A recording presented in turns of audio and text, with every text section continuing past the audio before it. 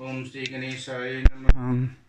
वक्रतुंड महाकाय सूर्यकोटि संप्रभ निर्विघ्नं कुरु मे देव सर्वकार्येषु सर्वदा। वक्रतुंड महाकाय सूर्यकोटि संप्रभ निर्विघ्नं कुरु मे देव सर्वकार्येषु सर्वदा।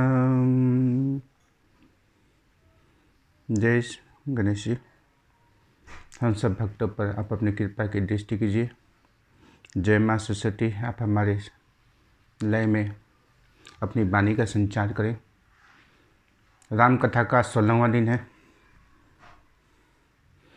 इस राम कथा में सारे भक्तजनों का हार्दिक स्वागत है।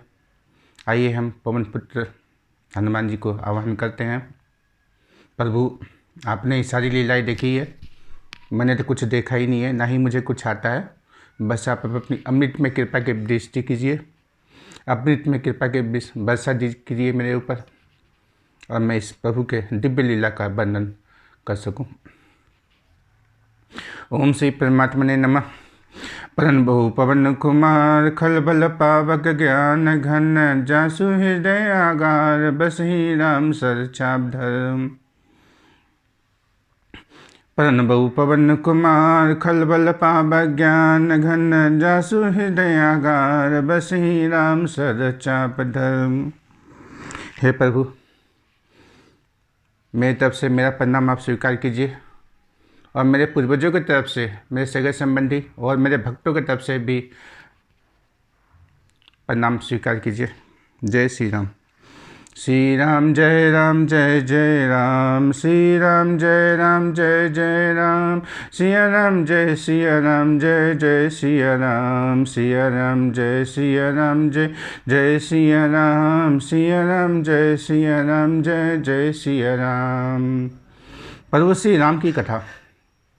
प्रभु श्री राम क्या कहते हैं जीवों के लिए, कैसे मिलना चाहिए जीवों से। प्रभु श्री राम बहुत ही सुंदर शब्दों में कहते हैं। सन्मुख होय जीव मोहि जभी, जन्म कोटि अगनासी तभी। सन्मुख होय जीव मोहि जभी, जन्म कोटि अगनासी तभी। सिर्फ एक बार जीव को प्रभु के सामने मुख दिखाने की जरूरत है। सन्मुख होय जीव मोहि जभी, सिर्फ एक बार अपना नज़र दिखाने की जरूरत है प्रभु के ऊपर। जन्म कोटि अगनासी तभी, मैं सारे करोड़ करोड़ जन्मों के पाप को मैं दूर कर देता हूँ। सिर्फ एक बार क्या करना, सन्मुख होय जीव मोहि जभी, जन्म कोटि अगनासी तभी। सिया राम जय जय सिया राम, सिया राम जय जय सिया राम, सिया राम जय जय सिया राम, सिया राम जय जय सिया राम। और दूसरा क्या शर्त है प्रभु का? निर्मल मंजो मोहि भावा, मोहि कपट छल छिद्र न भावा। निर्मल मंजो मोहि भावा, सिर्फ शुद्ध विचार होना चाहिए। मोहि कपट छल छिद्र न भावा, निर्मल मंजो मोहि भावा, मोहि पचल छिद्र न भावा। ये प्रभु श्री राम स्वयं रामचरितमानस में कहते हैं। प्रभु श्री राम रामचरितमानस में कहते हैं, निर्मल मंजो मोहि भावा, मोहि कपट छल छिद्र न भावा। श्री राम जय जय राम, श्री राम जय जय राम। हम आज चर्चा का विषय है राम अवतार। भगवान राम के अवतार लेने के भगवान शिव ने 5 कारण बताए हैं। फिर भी गोस्वामी तुलसीदास जी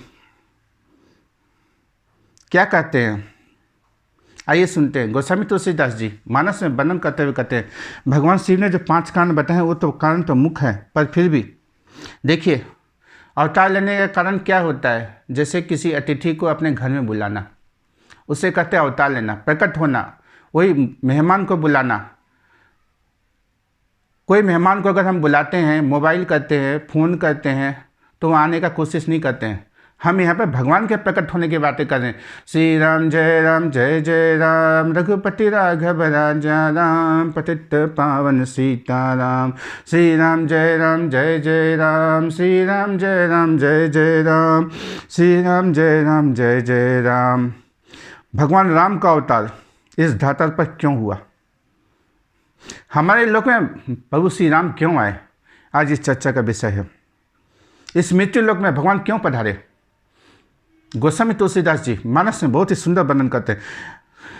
यद्यपि भगवान शिव के द्वारा वर्णन किए हुए पांचों कारण हमने पिछले सत्र में देख चुके हैं, फिर भी गोस्वामी तुलसीदास जी क्या कहते हैं उस पर कहिए। देखिए, हरि अवतार है तुझे ही होई, हरि अवतार है तुझे ही होई, इद मिथम कहे जान न कोई। हरि का अवतार जिस कारण से होता है वो कारण बस यही है, ऐसा नहीं कहा जा सकता। अनेकों कारण हो सकते हैं और ऐसे भी हो सकते हैं जिन्हें कोई जान नहीं सकता। और हरि और गुरु की कृपा जब तक हम पर होगी नहीं, जब तक हरि और गुरु हमारे पर अमृतमय कृपा की दृष्टि नहीं करेंगे, तब तक हम भगवान राम के अवतार का कारण नहीं जा सकते। हे प्रभु, हे गुरुदेव, हमारे ऊपर कृपा की दृष्टि कीजिए। अब इसी तरह से भगवान राम के जन्म का भी कहानी आता है। उनके समय में भी, संदर्भ में भी गोस्वामी तुलसीदास जी क्या करते हैं? राम जन्म के हेतु अनेका, परम विचित्र एकते का। राम जन्म के हेतु अनेका, परम विचित्र एकते का। राम जन्म के हेतु अनेका, परम विचित्र एकते का। प्रभु श्री राम ने जी के जन्म लेने के अनेक कारण हैं जो एक से एक बढ़कर हैं और विचित्र हैं। तो इसलिए हरि अनंत हरि कथा अनंत, कहीं सुनहि बहु विधि सब संता। इसलिए प्रभु आपके जन्म लेने अवतार के बहुत सारे कारण हैं। हम कुछ ही शब्दों में, जहाँ तक आप हमें दिव्य में लीला की दृष्टि देंगे, मैं वहीं तक वर्णन कर पाऊँगा। इसलिए प्रभु आप हम सब पर अमृत में दृष्टा कृपा की दृष्टि कीजिए। भगवान राम के अवतार लेने के क्या कारण हैं? क्यों आते हैं भगवान इस धरातल पर? इस मृत्यु लोक में क्यों आते हैं?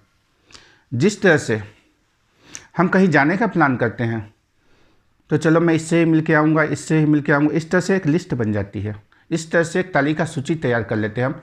यहाँ मैं जा रहा हूँ तो इनसे ही मिल के आऊँगा, रास्ते में मंदिर पड़ेगा उनसे ही मिल के आऊँगा, रास्ते में बाबा होंगे उनसे ही मिल के आऊँगा, कोई मुनि होगा उनसे ही मिल के आऊँगे, रास्ते में दादा नानी चाचा चाची जितने भी होते हैं उस रास्ते को कवर करते हुए आते हैं। उसी तरह से प्रभु श्री राम के अवतार लेने के कारण है। कुछ कारण की जहाँ तक प्रभु की कृपा होगी वहाँ तक मैं आप लोगों के सामने वर्णन करूँगा। तो भगवान शिव ने 5 कारण बताए हैं। फिर भी गोस्वामी तुलसीदास जी की वाणी हमने कहा, हरि अवतार हेतु जेहि होई, इद मिथ्यम कही जानना कोई। अवतार लेने के क्या कारण हैं? कुछ ही कारणों की भगवान शिव ने बताई हैं। बाकी कारण क्या क्या हैं वो हम नहीं जान पा रहे हैं। पर भगवान का एक कारण तो था, भक्तों को सुख देना। इसके लिए भगवान पृथ्वी पर अवतार लेते हैं। भक्तों को सुख भगवान कैसे देते हैं? लीला के माध्यम से। भगवान लीला करते हैं, उस लीला के माध्यम से भक्तजन को सुखी प्राप्त होती है। तो भगवान लीला के माध्यम से भक्तजन को सुख देते हैं और भक्तों के सुख देने के लिए ही भगवान इस मृत्यु लोक में अवतरित होते हैं। रावण वध नहीं करते, रावण उद्धार एक कारण था। रावण क्या था? रावण इतना आतंक मचा दिया था कि देवताओं से स्वर्ग भी छीन लेता था।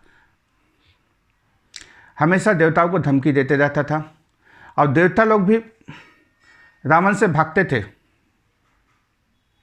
ऐसा कोई कारण नहीं था, ऐसा कोई छोर ही नहीं रखा था जिससे देवता परेशान ना हो। रावण सारे कांड कर चुका था। गोस्वामी तुलसीदास जी रावण के विषय में कहते हैं, चलत दशानन डोलत अवनी, चलत दशानन डोलती अवनी। माने चलत दशानन डोलती अवनी। दशानन मीन्स रावण जब भी चलता था, चलत दशानन डोलती अवनी। अवनी मीन्स पृथ्वी।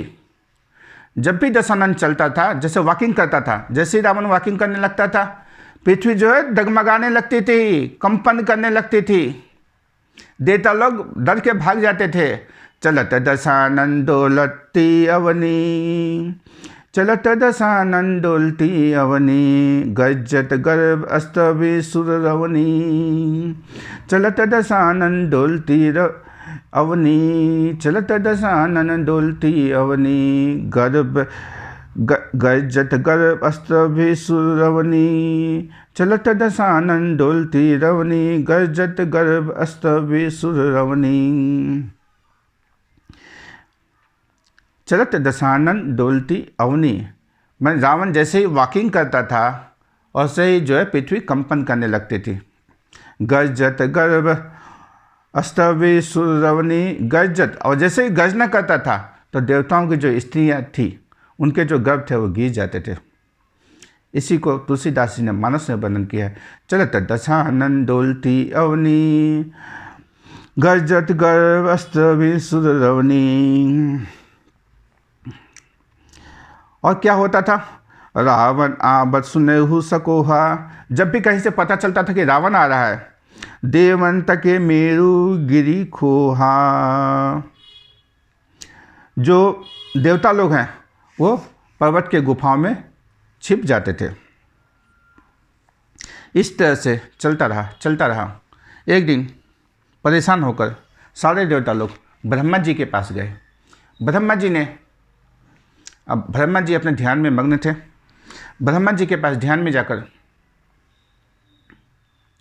सारे देवता लोग ब्रह्मा जी से प्रार्थना करने लगे, हे पितामह, हम सब देवता बहुत ही परेशान हैं। ब्रह्मा जी पूछते हैं, क्या हुआ बताइए। एक दशानन नाम का असुर है, वो हम लोगों को परेशान किया हुआ है। देवता लोग ब्रह्मा जी की प्रार्थना किए जा रहे थे। ब्रह्मा जी भी प्रार्थना उनकी सुने जा रहे थे। ब्रह्मा जी ने प्रार्थना सुनने के बाद देवताओं से कहा, इस दशानन का मेरे पास कोई उपाय नहीं है। आपकी प्रार्थना तो मैं सुन रहा हूँ, पर इसमें मैं कुछ नहीं कर सकता हूँ। देवताओं के साथ इंद्र भी थे।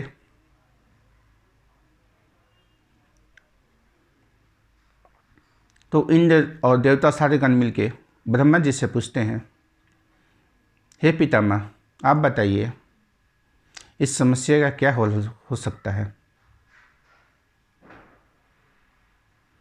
ब्रह्मा जी कहते हैं, ब्रह्मा जी ने थोड़ा देर सोचा। सोचने के बाद ब्रह्मा जी कहते हैं, हे देवतागण, भगवान के जो सबसे बड़े भक्त हैं वो हैं भगवान शिव। हम सबको शिव जी की शरण में जानी चाहिए और शिव जी से ही इनका उपाय पूछना चाहिए। सारे देवतागण ब्रह्मा जी के साथ एग्री हो जाते हैं, सम्मिलित हो जाते हैं, उनका सलाह मान लेते हैं। ब्रह्मा जी के साथ सारे देवतागण शिव जी के पास कैलाश में गए। कैलाश में जाकर भगवान शिव ध्यान में मग्न थे। जब शिव जी ध्यान में मग्न थे तो देवता लोग भी भगवान शिव की प्रार्थना करने लगे। शिव जी ध्यान से उठे और कहने लगे, हे देवतागण, आप लोग यहाँ क्यों आए हो?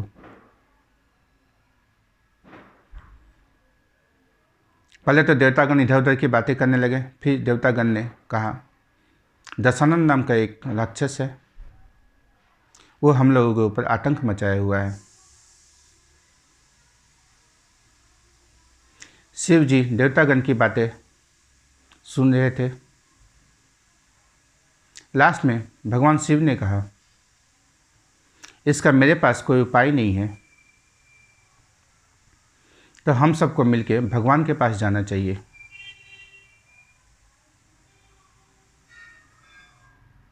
इंद्र से सारे देवता ने बोला, ठीक है, हम भगवान के पास चलते हैं। उसमें देवराज इंद्र की एक जिज्ञासा थी, भगवान कहाँ है, क्योंकि देवराज इंद्र तो घमंड में चूर रहता था, उनको भगवान का पता ही नहीं था। भगवान कहाँ हैं, भगवान कैसे मिलते हैं, ये जिज्ञासा भगवान शिव से कर दी। भगवान शिव कहते हैं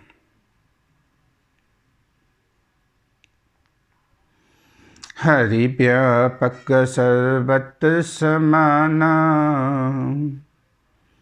प्रेम ते प्रगट हूँ ही मैं जाना। हरि व्यापक सर्वत्र समाना, प्रेम ते प्रगट हूँ ही मैं जाना। तो हरि व्यापक है और उस सर्वत्र समाना, और सब जगह समान रूप में पाए जाते हैं। पर एक क्वेश्चन है, हरि व्यापक सर्वत्र समाना, ये क्वेश्चन है। हरि व्यापक सर्वत्र समान, आंसर क्या है? प्रेम ते प्रगट हूँ ही मैं जाना। वो सिर्फ प्रेम से प्रकट होते हैं।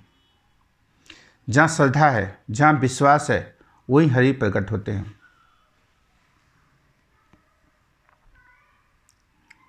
जब हम भगवान की स्तुति करेंगे, भगवान से प्रेम करेंगे, भगवान पर विश्वास करेंगे, तभी भगवान जो है प्रकट होते हैं।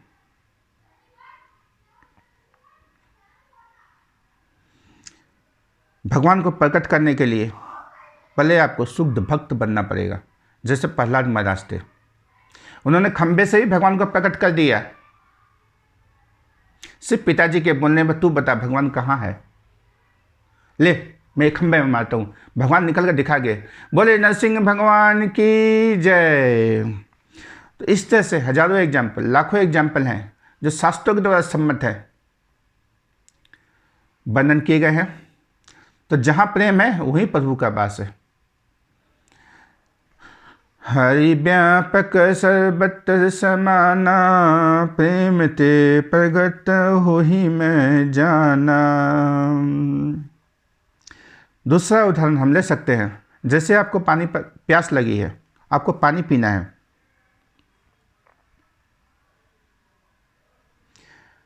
पृथ्वी पर सब जगह जल व्याप्त है, पर जल को निकालने के लिए हमें कुआं खोदना पड़ेगा। उससे पानी निकलेगी, उससे पानी को जो है हमें घर तक पहुंचाना पड़ेगा, तब जो है हमारी प्यास मिटेगी। इसी तरह प्रभु, जिस तरह पानी पृथ्वी पर सब जगह पर्याप्त है, सब जगह रूप मिलता है, सब जगह पानी की उपलब्धता है, उसी तरह से प्रभु सब जगह व्याप्त है। बस हमें खोदना पड़ेगा, खोदना करना पड़ेगा, वरना प्रभु के विषय में जानना पड़ेगा। प्रभु कैसे हैं, कैसे रहते हैं, प्रभु का रूप क्या है, इन सब बातों को मुझे जानना पड़ेगा। जैसे मैंने कुआं खोदा, पानी निकल गया। अब पानी निकल गया तो हम उससे तुरंत नहीं पी सकते। पानी को मैं उससे निकालूंगा, फिर छानूंगा, छान के निकालूंगा, घर तक ले जाऊंगा, घर तक ले जाने की व्यवस्था करनी पड़ेगी। उसे धोकर ले जाऊंगा, घर में रखूंगा, उसे छानूंगा, फिर तब पानी जो है पे के लायक बनेगा। उसी तरह से भगवान को पाने के लिए हमें भगवान के विषय में तराशना पड़ेगा, भगवान के विषय में जानना पड़ेगा, तब जाके प्रभु जो है मिलेंगे। तब इंद्र ने कहा हमें क्या करनी चाहिए कि जैसे भगवान के पास हम जाएं। तो भगवान शिव जी ने कहते हैं, जैसे मैंने, हे इंद्र, जैसे मैंने तेरे को कुआं का एग्जाम्पल दिया, उसी तरह से जैसे कुआं के पास, जैसे पृथ्वी के पास जाकर आपने कुआं को खोदा, यानी पृथ्वी से प्रार्थना किया कि मेरे को, हे पृथ्वी, आप मेरे को जल उत्पन्न कर दो। तो पृथ्वी ने एक मार्गदर्शन किया, आप यहाँ पर कुआं खोदो, पानी निकलेगा, आप इसे घर तक ले जाओ, वहाँ पे छानो और इस पानी को पियो।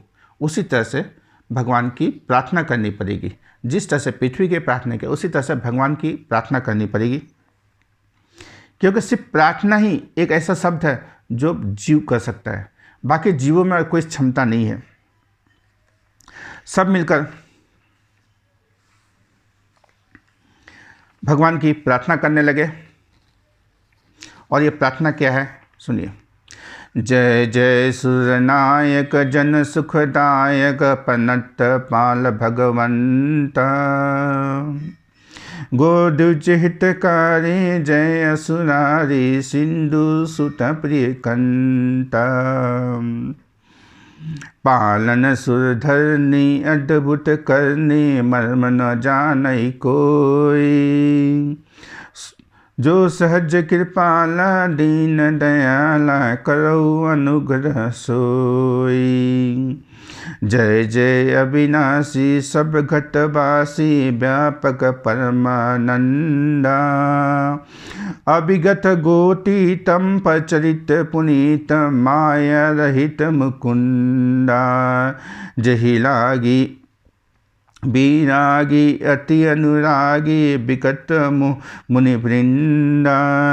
निशिवास ध्यावहि गुण गण गावहि जयति सचिदानंदा। जय सृष्टि उपाय त्रिविध बनाई संग सहाय न दूजा। सो करो अघारी चिंत हमारी जानुओ भक्ति न पूजा। जो भय भय भंजन मुनि मनरंजन गंजन विप्ति बरूथा। मन बच क्रम बानी छारी सयानी शरण सकल सुजूथा। शारद सुति से सारिसय अशेषा जा कहूँ को नहीं जाना।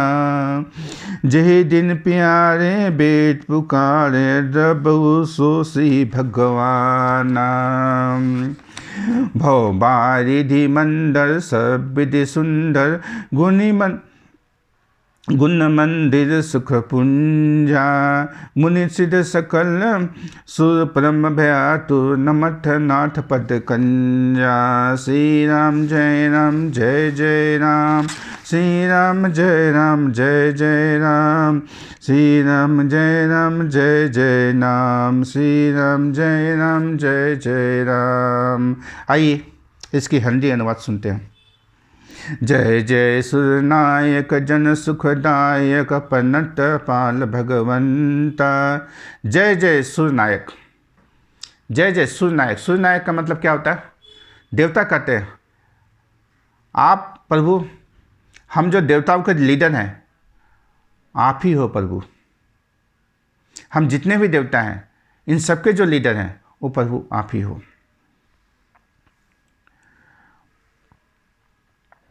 सूर्यनायक देवताओं के जो देवता हैं। कुछ लोग कहते हैं कि देवों के देव महादेव हैं, लेकिन महादेवों के जो देव हैं वो है भगवान श्री राम।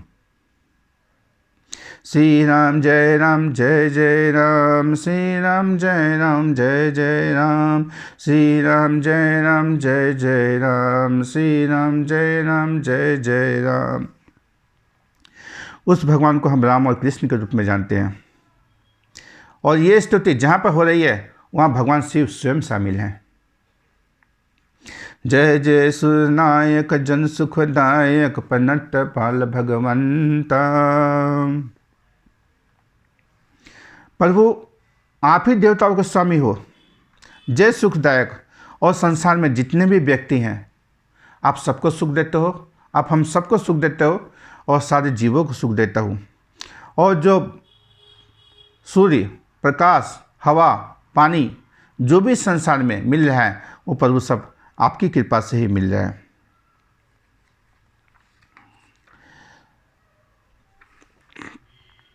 पन्नत पाल भगवंता।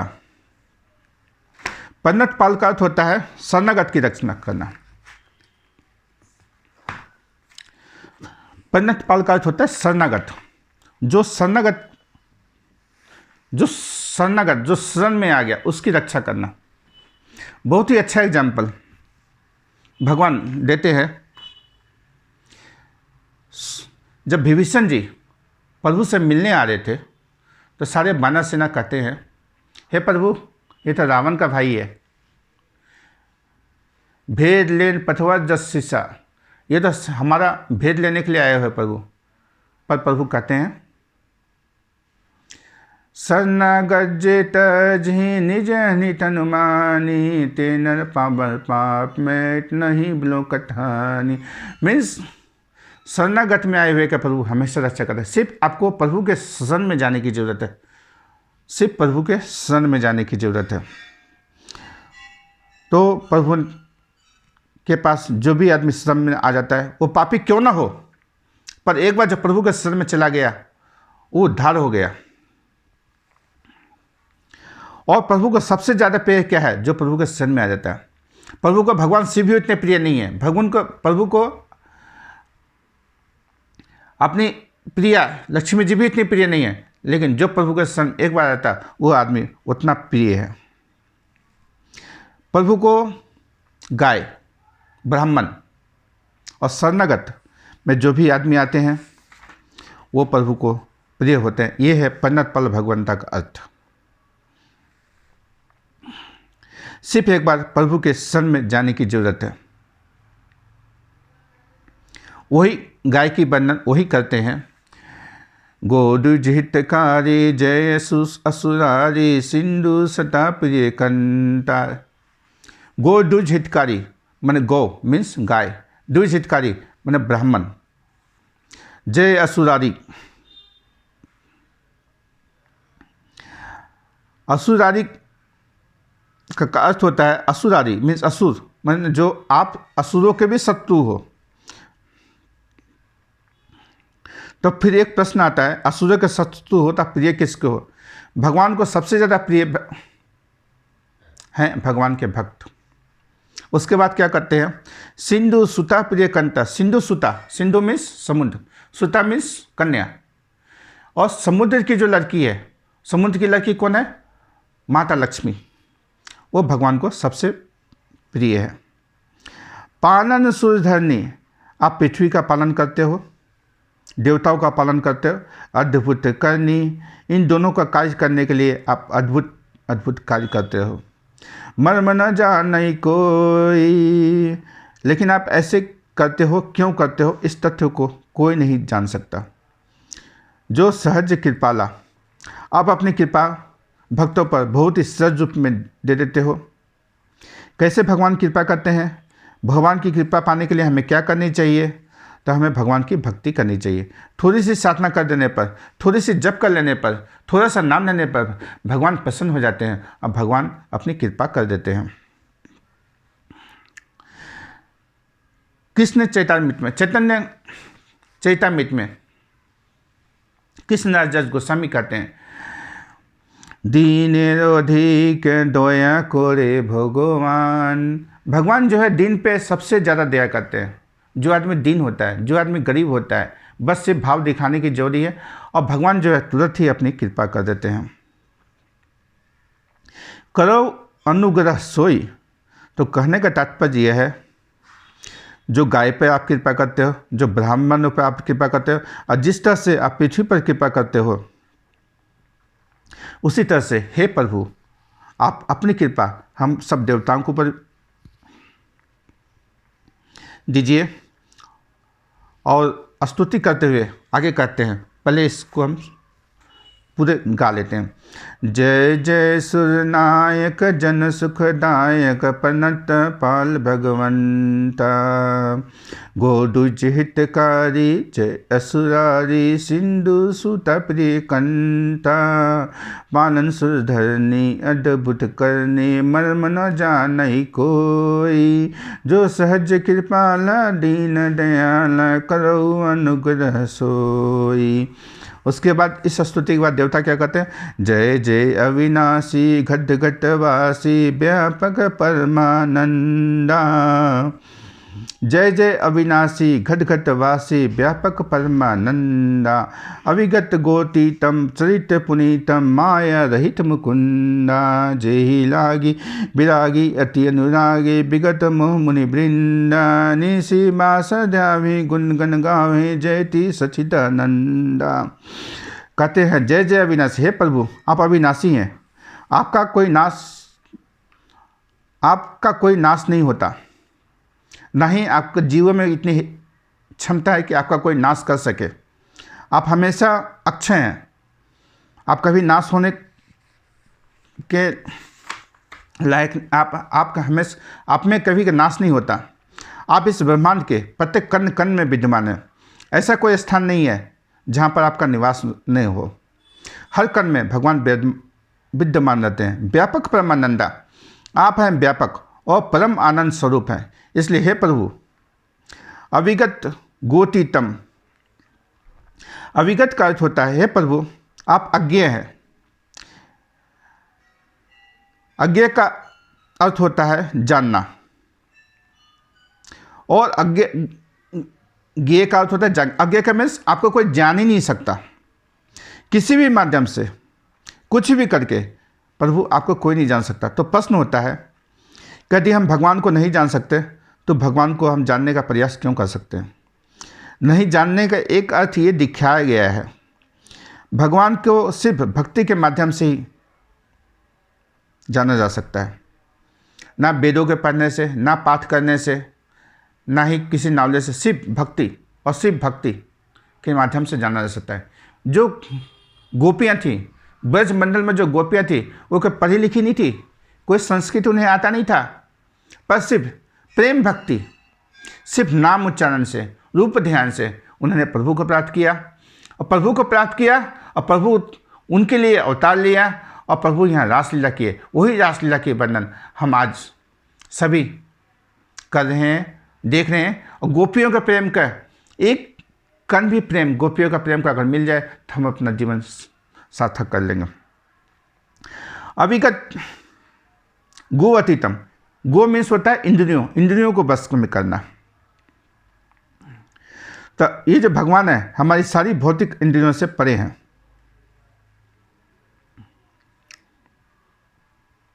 चरित पुनीतम, और भगवान के चरित्र इतने पावन हैं जिनको कथा गाने से हम माया रहित हो जाते हैं, सब पाप मिट जाता है। चरित पुनीतम, भगवान की सिर्फ कथा सुनने से, भगवान की सिर्फ कथा गाने से हमारे सारे जो है पाप धुल जाते हैं। माया रहित मुकुंदा, सिर्फ कथा को सुनने से ही हम माया हमेशा के लिए छोड़ के चली जाती है। जो माया है भगवान की एक बहुत बड़ी शक्ति है, भगवान ने इसे छोड़ रखा है। 99.99% लोगों के पास माया है, जो माया कभी किसी को छोड़ती नहीं है। लेकिन सिर्फ ये माया कब जाती है? जब हम भगवान की कथा का श्रवण करेंगे, जब हम भगवान के भक्तों के साथ मिलेंगे, तब ये माया जो है छोड़ के आस्ते आस्ते आस्ते आस्ते जाएगी। नहीं तो ये माया मृत्यु के अंतिम दिन तक, सैया 4 बांस लगने तक भी ये माया पड़ी रहती है।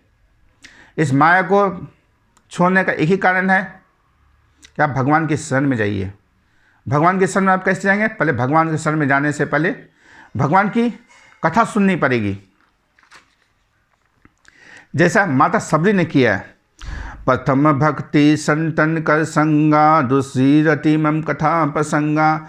जो ये भगवान राम ने जो प्रभु जो वाक्य कर रहे हैं, प्रथम भक्ति संतन कर संगा, दूसरी भक्ति रति मम कथा प्रसंगा।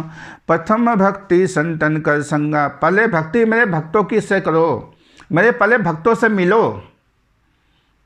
प्रथम भक्ति संतन कर संगा, पहले मेरे भक्तों से मिलो प्यारे। दूसरा क्या करना है?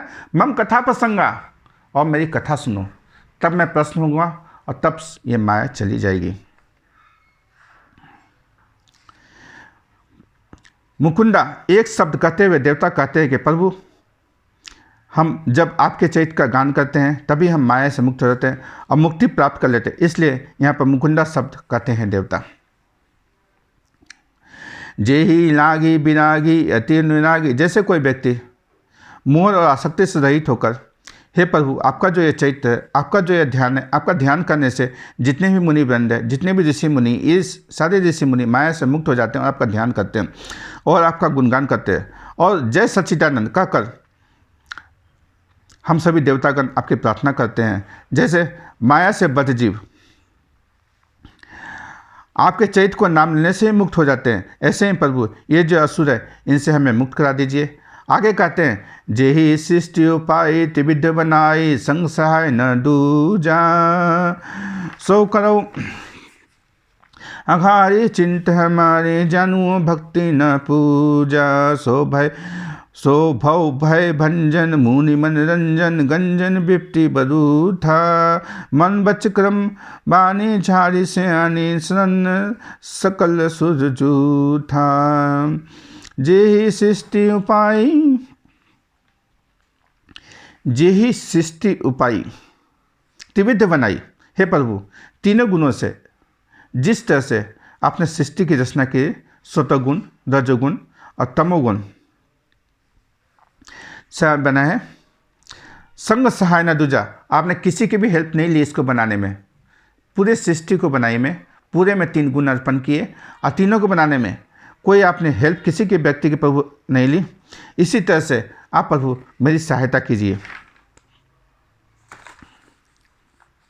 सो करो अघारी चिंत हमारे, जानुओ भक्ति न दू पूजा।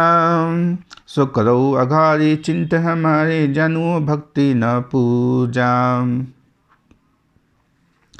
आप हमारी चिंता को दूर कीजिए। आपकी पूजा कैसे करनी है, आपकी भक्ति कैसे करनी है प्रभु, ये मुझे नहीं पता। जो भव भय भंजन लोग कहते हैं, सिर्फ आपका नाम ले लेने से भव रोग का नाश हो जाता है। जो भव भय भंजन, मैं सिर्फ आपके नाम ले लेने से सारे भव लोग का नाश हो जाता है। मुनि मनोरंजन, आपकी लीला के माध्यम से आप मुनियों के मन को रंजन करते हैं, आनंद देते रहते हैं और उसी तरह से उन्हें सुख प्राप्त करते हैं। तो हमें भी मन कर्म वचन से जो है हम आपको प्रार्थना करते हैं कि आप अपनी प्रभु रक्षा कीजिए। देवता भी यहाँ सोच रहे हैं कि हम अपनी बुद्धि से भगवान को नहीं समझ सकते और अंतिम प्यार में स्तुति करते हुए कहते हैं, शारद सुति से सार सैया से साजा, कहूँ को नहीं जाना। जही दिन प्यारे वेद पुकारे, द्रबऊ सो श्री भगवाना। भव बारिधि मंदर सब विधि सुंदर, गुण मंदिर सुख पुंजा। मुनि सिद्ध सकल सुर परम भया, तुर नमत नाथ पद कंजा। देवता कहते हैं, सरस्वती जी, वेद शेष, जो सहस्त्र मुख वाले शेषनाग जी हैं, वो भी आपके गुण की गान नहीं कर सकते। तो हम प्रभु आपके गुण की गान को कैसे कर सकते हैं? हम प्रभु एकदम दीन व्यक्ति हैं। ऐसा वेद भी चिल्ला चिल्ला कर कहते हैं, आपको कभी भी समझा नहीं जा सकता। तो ऐसे हे प्रभु, हम सब देवता मिलकर आपकी प्रार्थना करें, आप हम सब पर दया कीजिए। सब सुखों के धाम, सब गुणों के भंडार ऐसे ही आपके नाम है। हे प्रभु, आपके चरण में हम व्याकुल होकर सारे देवता नमस्कार कर रहे हैं, आप हमारी रक्षा कीजिए। प्रभु इस प्रार्थना को सुनते हैं और अगले सत्र में हम देखेंगे कि भगवान ने अवतरित होने पर भगवान ने देवताओं से क्या कहा। तब तक के लिए श्री राम जय राम, रघुपति राघव राजा राम, रघुपति राघव राजा राम, पतित पावन सीताराम, रघुपति राघव राजा राम, रघुपति राघव राजा राम, पतित पावन सीताराम, रघुपति राघव राजा राम। जय श्री कृष्ण, जय श्री राम।